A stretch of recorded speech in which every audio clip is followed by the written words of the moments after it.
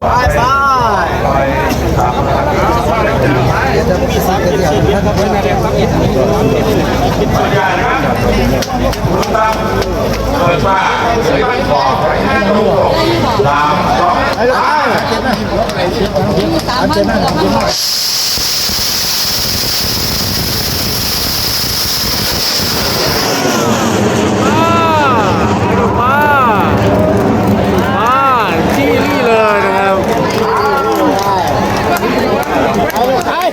ยงามมากๆไปจะมูมาละ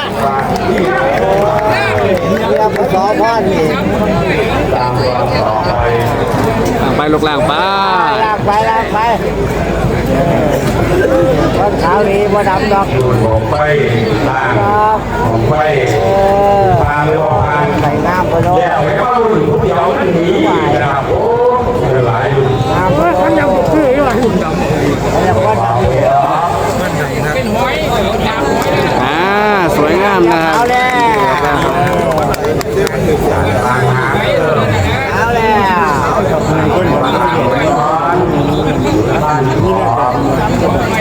สวยงามมากๆนะครับกองโจ้แล้วเกินแล้ว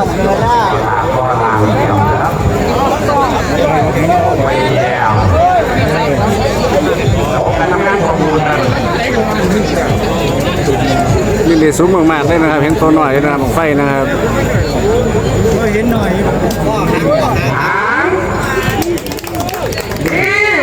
ดีครับ200พันไปแล้วนะครับสำหรับที่นั่นบุญทรัพย์เบิกฟ้า200พันไปนะครับอีก170ไปครับแดนทางต่ำนะครับเบามากๆนะครับ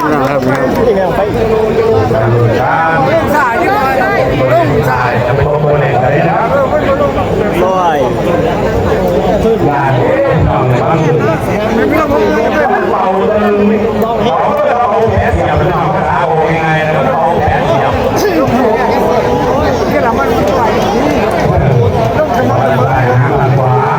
มากๆเลยนะครั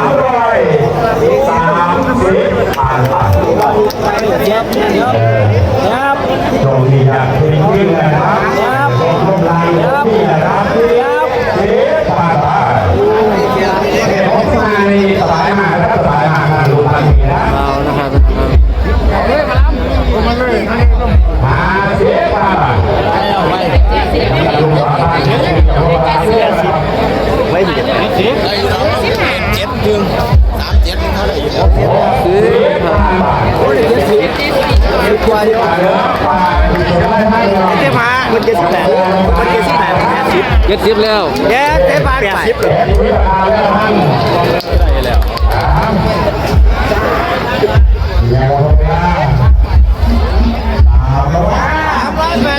2,400